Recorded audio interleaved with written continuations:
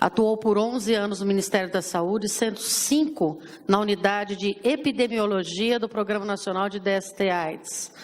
Trabalhou como oficial de programas de educação preventiva em HIV/AIDS da Organização das Nações Unidas para a Educação, Ciência e Cultura, Unesco, por 11 anos. Desde 2012, é coordenadora do setor de educação da Unesco no Brasil, onde atua em projetos, programas e atividades de educação, nos quais a Unesco oferece cooperação técnica. Maria Rebeca, obrigada.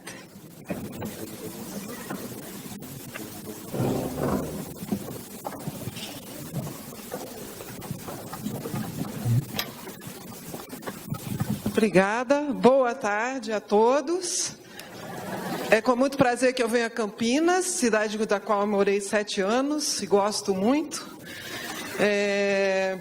E eu venho, então, falar um pouquinho da Agenda 2030, como a gente chama, que é a Agenda das Nações Unidas para os próximos 15 anos, e, em especial, da questão da educação. Quantos aqui são professores? Poderiam levantar a mão, por favor? Oba! Público bom. Eu gosto de falar para professores, muitos professores. Pois bem, eu trabalho na Unesco. A Unesco, então, é a Agência de Educação, Ciência e Cultura das Nações Unidas. A Unesco foi criada em 1945 com o seguinte slogan, do qual eu me orgulho muito, que é: se é na mente dos homens que as guerras são construídas, é na mente dos homens que devemos construir os baluartes da paz. Então, é uma instituição que trabalha como sua missão principal a construção da paz junto aos países que são membros da Unesco, que hoje são 193 países membros da Unesco, e que trabalham em cima de um programa e querem construir a paz através da educação, das ciências e da cultura. Tá? Bom, então, pode passar o próximo, por favor, Vinícius? Então, com esse... a Unesco vem trabalhando isso desde 1945 e estabelece algumas metas periódicas, junto com o sistema das Nações Unidas, junto aos países, de desenvolvimento. Então, em 2015, foi um desses marcos, depois eu vou explicar direitinho o porquê. E nessa época de 2015, né, a gente percebeu diversas questões, né, contraditórias. Né? Então, nós temos um mundo que tem um crescimento econômico, mas, ao mesmo tempo, a gente tem um estresse ecológico, padrões de produção, consumos sustentáveis, nós temos redução da pobreza, mas também ainda temos exclusão, vulnerabilidade, né, inequidades. Nós temos a construção de uma cultura de paz, né, tentando, mas ainda temos intolerância, conflitos, guerras, divisões, né? Então, nós ainda temos tudo isso. Próximo. E, a partir daí, né, a Unesco vai trabalhando e vai discutindo com especialistas, com os países, fazendo trabalhos de campos, né? E nós temos essas duas publicações que eu recomendaria a todos os professores lerem. São duas publicações assim muito chaves, muito importantes, muito interessantes, e que norteiam todo o trabalho da Unesco. A primeira, né, é a publicação Educação, um Tesouro a Descobrir, de Jacques Delors. Vocês conhecem essa publicação? Não? Então, olha, baixem do site da Unesco, é gratuito, tá? Se alguém quiser também, em livro, eu acho que essa eu não tenho mais, vai ter que fazer download mesmo, mas pode divulgar, imprimir, é muito, muito legal. Essa publicação, ela foi feita quando nós fizemos um programa chamado Educação para Todos, no ano de 2000, e ela foi... Jacques Delors escreveu, onde o destaque dessa publicação são os 4 pilares da educação, tá? Que é o saber ser, ou seja, a virtude, como é que eu me comporto, como é que eu sei, né, o saber ser, o saber saber, saber conhecer, né, que é a questão dos conhecimentos cognitivos, né? O saber fazer, como é que eu faço, né? E o saber conviver, né? O saber viver juntos, né? Então, são os 4 pilares da educação. Se nós não temos esses 4 pilares, né, nós não temos uma educação completa. E hoje de manhã, né, o professor Gandhi falou que a educação se dava por 3 pilares, ele não chamou de pilares, não me lembro o que, mas ele falou a cabeça, o coração e as mãos. A cabeça é o conhecimento, é o saber conhecer, né? O coração é a questão mais emocional, mais emotiva, né? Que é o saber ser, né? Como é que eu sou, como é que eu me comporto, o seu respeito, o meu semelhante, né? O saber, as mãos, que ele fala que é o terceiro, é o saber fazer da Unesco. E ele só não falou o saber conviver, mas com certeza ele também deve concordar que a questão do saber conviver é muito importante. Então, são 4 pilares da educação que norteiam todo o nosso sistema educacional. E a nossa educação hoje, ela vem deixando muito a desejar nesse ponto. Nós estamos educando nossas crianças só para o conhecer, só para a questão cognitiva, só para conhecimento. Então, você pega o ensino médio hoje, ele quer que a criança passe no vestibular. O pai do aluno, ele está preocupado se a criança vai passar no vestibular, se ela vai passar no Enem. Ele não está preocupado se ele vai saber aprender, se ele vai saber conviver, se ele vai respeitar o outro, se ele vai ter uma educação ao longo da vida, se ele vai poder dar continuidade à sua educação ao longo de toda a sua vida com os conhecimentos que ele adquiriu na escola. Então, esse é o grande norte da educação. A educação, ela é isso, ela tem que ser isso, ela tem que ser uma educação que traça o indivíduo para que ele possa ter uma vida qualificada e qualificar o seu planeta consequentemente. E qualificar o seu planeta significa um planeta mais sustentável, significa paz, a construção da paz, significa cidadania, né? Então, é isso que a educação tem que vislumbrar. Então, quando a gente fala educação, no final eu tenho que ter isso, né? Isso que a minha criança tem que ter. Não é somente conhecimento, claro que o conhecimento. As Nações Unidas estabeleceram 17 novos objetivos para os próximos 15 anos, que a gente chama de Agenda 2030, porque é até 2030. Esses 17 objetivos, depois eu mostro para vocês, eles foram aprovados em Assembleia Geral da ONU e está publicado, está em site, vocês podem acessar, tá? Então, tem redução da pobreza, tem melhoria da saúde, tem cidades sustentáveis, vários objetivos em cada área específica, tá? E tem um específico de educação, que é o Objetivo de Desenvolvimento Sustentável número 4. O próximo. O objetivo 4, ele tem 7 metas e 3 meios de implementação, tá? As metas que não são tão novas, porque muitas se repetem do que já era antigamente, porque não foi alcançado, né? São alcançar uma educação primária e secundária que leve resultados de aprendizagem relevantes e eficazes. A meta 2 é o desenvolvimento da primeira infância, cuidados e educação pré-escolar, levando à preparação e interface nas escolas. A meta 3 é ensino técnico profissional e ensino superior. A meta 4, habilidades para o trabalho e empreendedorismo. A meta 5, igualdade de gênero, equidade, inclusão, com foco nos grupos vulneráveis. A meta 6 é a alfabetização funcional de jovens e adultos. A meta 7, conhecimento e habilidades que promovam o desenvolvimento sustentável. Então, os países assinaram esse acordo internacional, o Brasil é um deles. Tendo assinado, ele se compromete a se esforçar, a trabalhar para isso. E para isso a gente precisa divulgar, porque o Brasil é um país que tem 27 unidades federadas, mais de 5.500 municípios, e cada um de nós, cada professor, cada aluno, cada pai de aluno, cada cidadão é responsável por essa implementação também. A gente também não pode ficar de braços cruzados esperando que isso... Então, a gente tem que cada um fazer a nossa contribuição. Porque isso, gente, vai levar a gente a ter um mundo melhor, vai levar a gente a ter um mundo mais pacífico, né? Então, são metas importantes, discutidas no âmbito internacional. Claro que a gente pode ampliar a nível de país, a gente pode até E além disso, né, porque isso aqui são metas globais, para países como, por exemplo, a Guiné-Bissau ou o Paquistão e o Brasil. Então, são países muito diferentes. Então, são metas estabelecidas no nível global. E aqui, a nível de país, a gente vai trabalhar a nossa Agenda 2030 específica. É isso que a Unesco Brasil faz junto com o Ministério da Educação e as secretarias. E 3 metas de implementação, que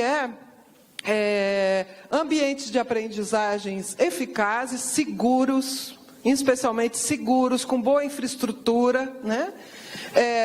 Ter bolsa de estudo para formação de nível superior, né? Ou seja, para formação docente também, então, bolsas de tudo, e aumentar a oferta de professores qualificados, né? Então, ter mais professores onde são necessários, nos locais onde tem, professores qualificados, porque a gente sabe que ainda tem vários professores que ainda não têm formação específica, né? E precisa ter a formação adequada para fornecer uma educação de qualidade. O próximo. Obrigado. Bom, aqui são os marcos das conferências. Então, teve conferências de ministro da América Latina, e depois tem a Conferência Geral da Unesco, teve o Fórum Mundial de Educação, que foi em Incheon, na Coreia do Sul, em 2015, em maio de 2015, que eu tive o prazer de participar, né? Foi uma reunião de 193 ministros de educação do mundo todo, discutindo educação. Então, foi um momento assim muito rico, onde se acordou todas essas metas, etc. Então, foi um momento muito bom, né? E aí são só marcos, depois a apresentação fica aí, pode ser distribuída para quem quiser estar anotando. Próximo. Daqui, então, nós saímos dos ODMs, pode passar o próximo, mais um, aí, dos ODMs de 2010 a 2015 para os ODS de 2015 a 2030. Os ODS são 17, que são esses simbolizados por esses símbolozinhos aqui, vocês podem achar na internet, etc. Então, tem lá erradicação da pobreza, igualdade de gênero, educação de qualidade, paz, justiça, temos participação, ação comunitária, mundo sustentável, tem vários objetivos que trabalham, né? E tem um ponto muito importante, que tanto a educação quanto a sustentabilidade, ela é transversal a tudo. Tá? Então, é muito importante. Então, a educação não tem nenhum desses objetivos que estão aqui elencados, que não seja importante a educação para alcançá-lo. Então, assim, nós não vamos conseguir alcançar nenhum desses objetivos se nós não conseguirmos fazer o objetivo 4 funcionar, que é o da educação. Tá? Então, ela é fundamental para nós alcançarmos todos os outros objetivos. A paz, a erradicação da pobreza. Claro que não é só a educação, mas a educação é chave. Se eu não tiver educação, eu não vou conseguir alcançar esses objetivos. A saúde, se eu não tiver educação, eu não consigo saúde. Né? Vocês sabem que uma mãe alfabetizada, ela reduz o risco de uma mortalidade infantil bastante. Então, só aí já é um ponto. Então, só isso a educação já está influenciando na saúde.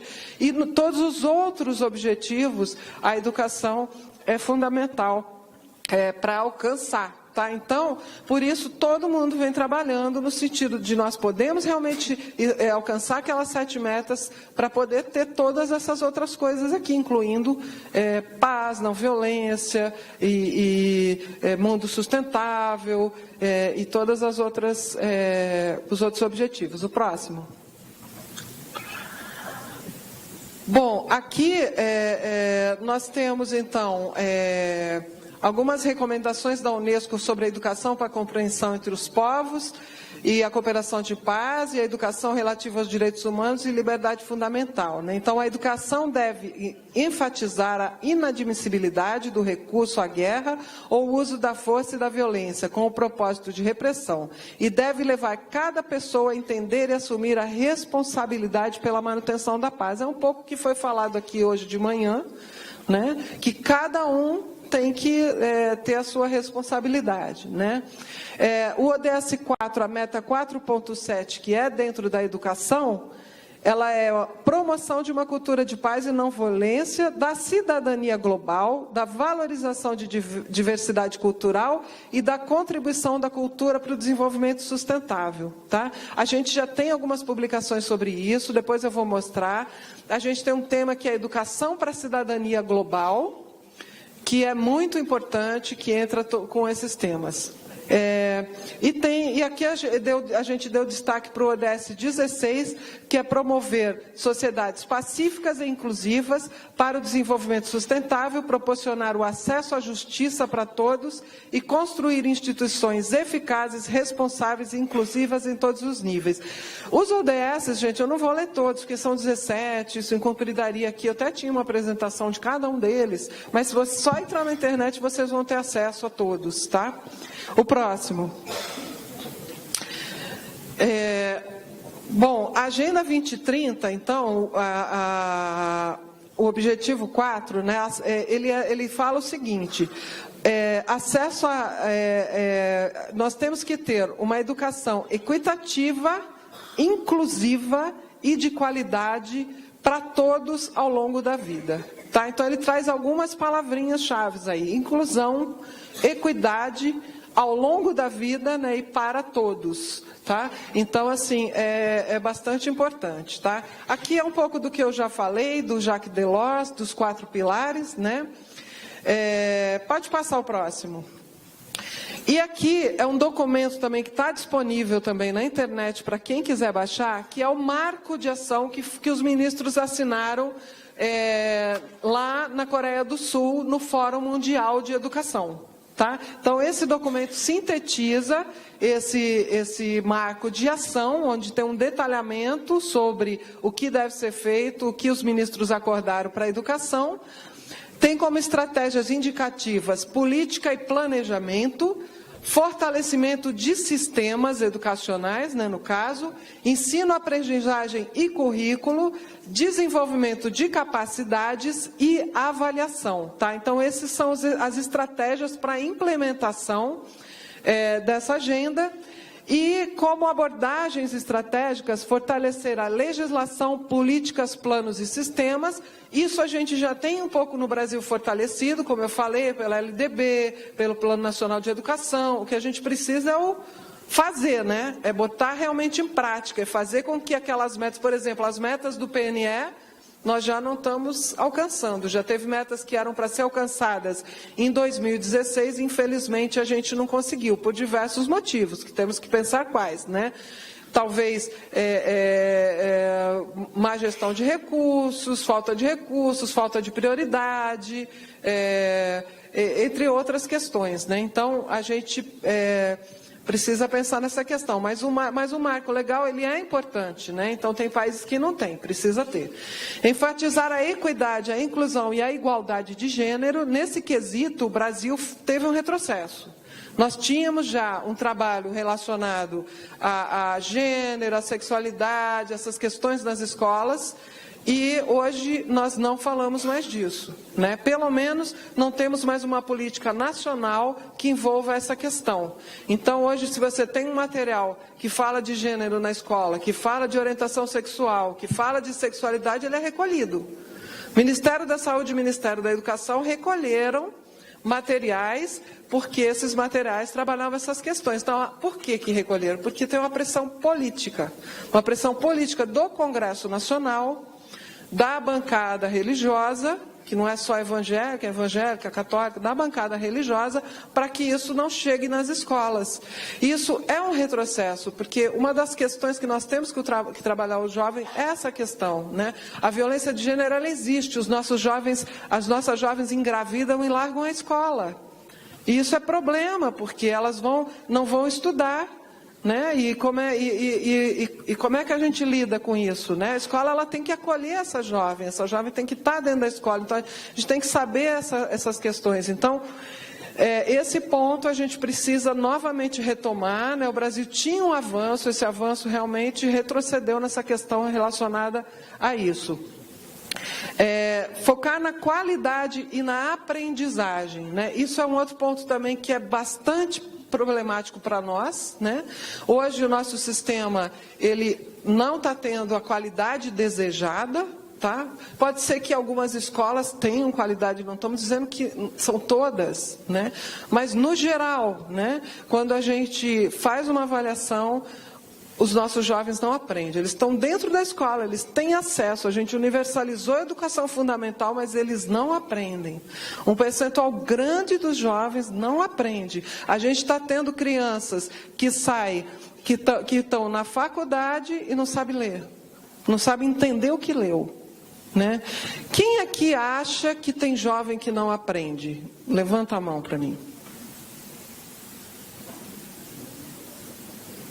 Vocês acham que tem jovem que não aprende?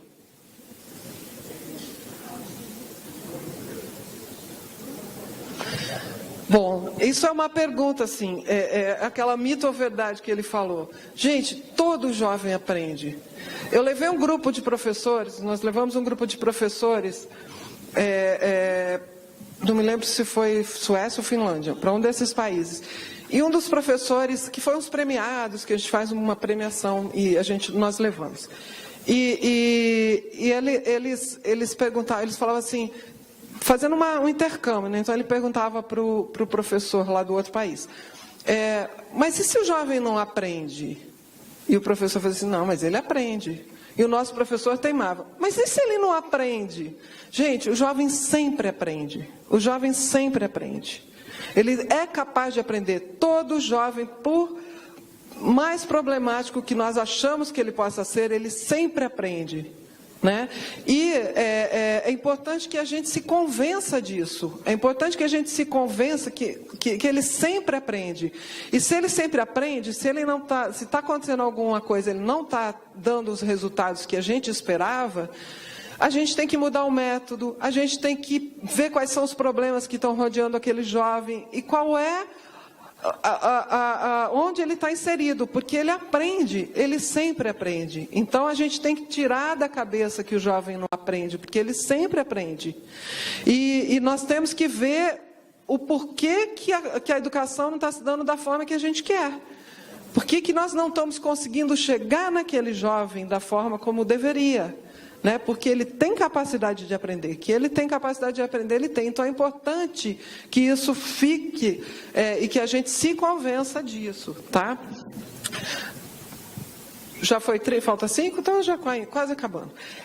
Promover uma educação ao longo da vida, né? Então aquele foco da educação. Ao longo da vida, a pessoa tem que aprender a aprender, ela tem que saber aprender sozinha. Eu aprendo todo dia.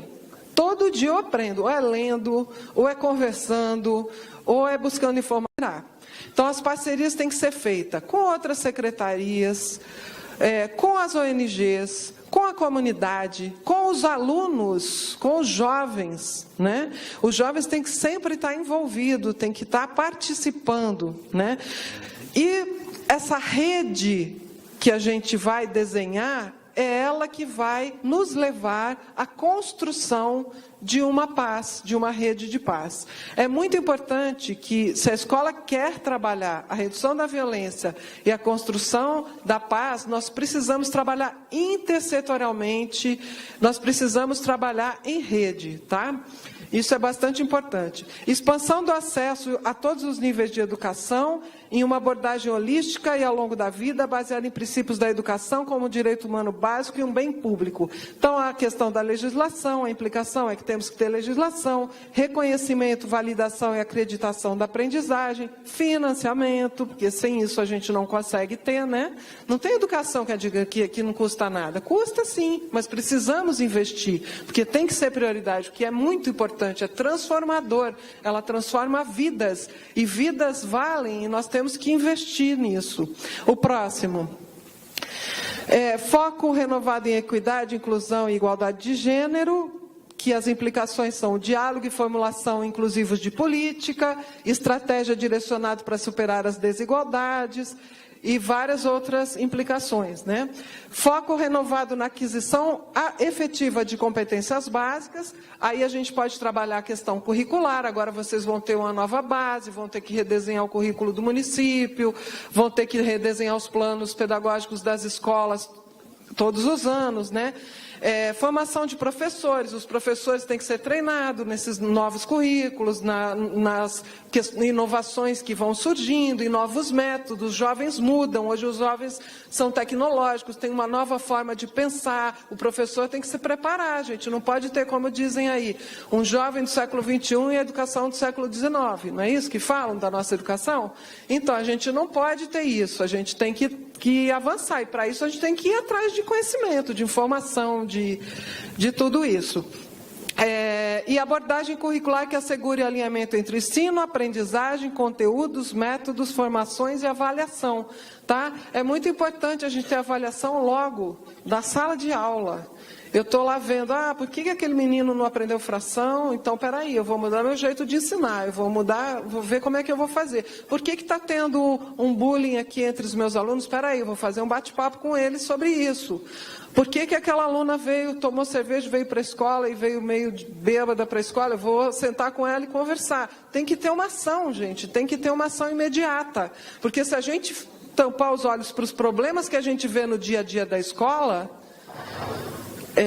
a coisa vai se agravando e quando a gente se dá conta, a gente não consegue mais fazer nada. Tá?